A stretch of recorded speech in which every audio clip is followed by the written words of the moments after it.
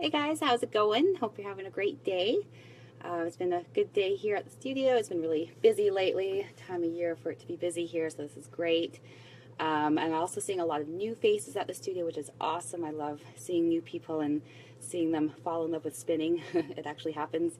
But it got me thinking too, because I know for a lot of people, when they set a goal, a fitness goal, they want to hit it as soon as possible, and that's just normal. We like to get to our goals quickly. We like to get that payoff. But if you're quite new to working out, you might not understand that it is possible to overdo it.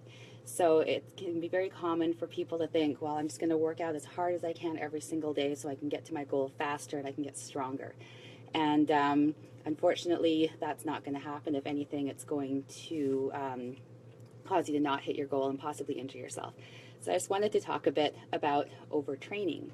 I don't know if any of you have experienced overtraining before. I know I have. Maybe you're not sure, so I'm going to talk about some of the signs of overtraining so that you know what to look out for, what to check for. You just have to be careful with your program. So I know it's really easy to get into that mindset thinking if I work really hard, I'm going to get my results faster. But our bodies really need to recover in order to get stronger. And this is going to sound weird, but you're actually not getting stronger while you're working out. While you're working out, you're actually causing micro injuries. And where you get stronger is when you're resting and your body repairs those micro injuries, and that's where the strength gains come. So you have to give your body a chance to actually do that. So if you're not sure if you're overtraining and you're wondering, some things to look out for: injuries, so that's a big one. So if you're suffering from a chronic injury, or maybe you're noticing new injuries you never had problems with before, that could be an indicator that you are overtraining, and it's time to look at your workout and see what's going on. See if you're allowing yourself enough rest or if you're just working too hard, too much. The other one is illness. So if you find all of a sudden you're catching colds all the time, that's a really good indicator that you are working too hard, because it just means your body is too run down and it's not able to repair itself because you keep taxing it with too much exercise. So that's a real red flag there if you notice that you're getting sick a lot and you don't normally get sick a lot. Hey, Jennifer. The other is burnout, and burnout sucks. If you do anything too much, you're going to burn out, and it leads to a loss of motivation. And if you lose motivation, you're going to most likely quit your program. So it's terrible to get to that point where you're experiencing burnout. And if you're not sure you're there yet, or maybe you're heading there, when you think about doing your workouts, what are your thoughts? Are you feeling like, okay, I'm going to go and do my workout, or maybe you're excited about it, you're happy about it? Or are you just dreading it every day that you have to do a workout? If you're dreading it every day, you're burnt out. So it's time to look at your program and get some more balance in that program. And then decreased performance. So both in your workouts and other areas of your life. So if you're overtraining, you're going to be tired. And when you're tired, you can't put in your full effort at work or with your partner or anywhere really. You're just tired. So if you're noticing that relationships are starting to suffer, or work is starting to suffer, anything like that, it could be due to a program that's just a little bit too aggressive right now. So if you are in that group of overtrained people, or if you feel like you're kind of heading that way, I have some tips for you on how to avoid that. It's really important.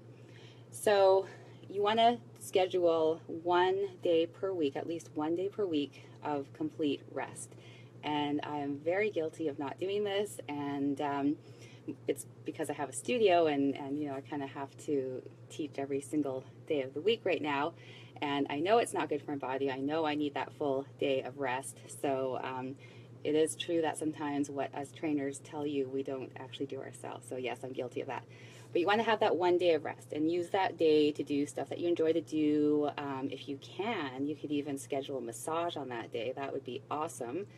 And just to have that day off. And it's good for your body and for your mind as well. So, if you're finding that you're just sick of doing your workouts and your mind is tired as well as your body, you got to have that day off just to kind of refresh yourself. And then vary the intensity of your workouts during the week. Hey, Willie, how's it going? So during your week, if you're working out 6 days a week, you don't want to go 6 days all in 100%, killing yourself each day. That is not going to work at all. It's just going to lead to those things that I mentioned above. So you're going to get, injuries, possibly illness, probably burnout, and your performance is going to decrease. So you want to have, if you're new, I would say just 1 day per week where you're working out at a more intense level than what you're used to. So you have that one high intensity day. If you've been doing your workouts for a while, you're quite fit. Even then, I would say just 2 days that are really intense. And then the rest of the days, you want to be like low to medium intensity. So working at a more comfortable pace on those days. And schedule your low and medium activities around your high intensity ones, obviously. So if you have a super intense workout and the next day you don't want to take the day off, it's not your day off, just pick a lower intensity workout.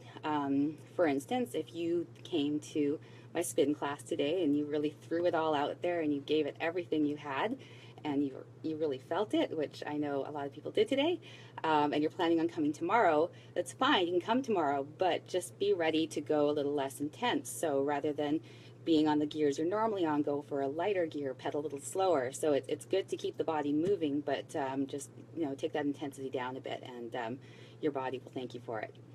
And then getting enough sleep. So this is where the rest is really important. This is where all the repair is going to happen pretty much. Because what happens is when you get into that deep stage of sleep, I think it's about the 3rd or 4th stage or whatever, that's where your body releases the most amount of human growth hormone. And then what human growth hormone does basically is it goes and repairs the muscles, and it also lets your body burn more fat and that kind of thing. So you do have to get to that deep state of sleep, though, to actually get enough human growth hormone being released from your brain into your bloodstream.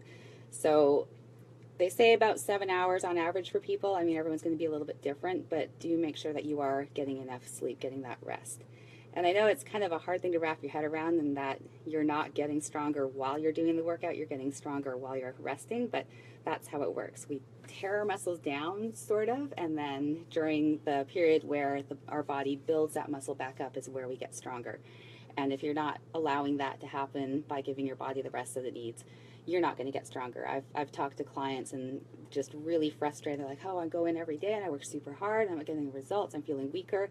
And that's exactly what's happening. You're tearing your body down, it's not repairing itself, and you are getting weaker. And it can lead to some pretty bad injuries if you're not careful. So just things to look out for. You want to have a good balanced program with your rest day and your higher and lower intensity days. If you're not sure about that, go talk to a trainer, ask them to give you some advice, or maybe you have a friend who's a trainer like I am, and you could just, send me a message and tell me what your program is, and I can give you my input on that. I'm happy to do that. So that's it for today. I gotta go and set up for the next class and see a client and all that. So I'm gonna take off. If you have any questions, message me anytime. If you want to see more stuff like this, you can go to my website. I keep a running blog on my website with these videos, as well as some workout videos and stuff like that. And that's at holyfit.ca. All right, have an awesome day, you guys. Talk to you soon.